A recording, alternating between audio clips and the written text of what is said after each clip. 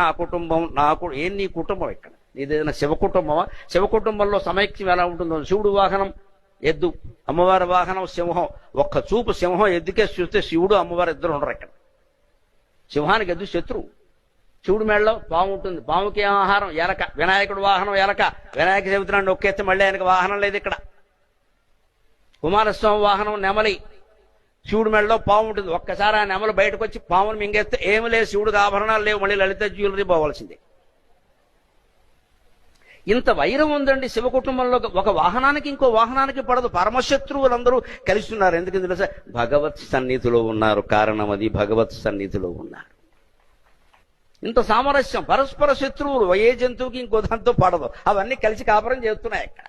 మనం ఇక్కడ పెళ్లి చేసుకుని మంత్రపూర్వకంగా 2 కోట్లు ఖర్చు పెట్టి పెళ్లి చేసుకున్నాం, 2 ఏళ్ళు కాపురం చేయలేకపోతున్నాయి ఇక్కడ.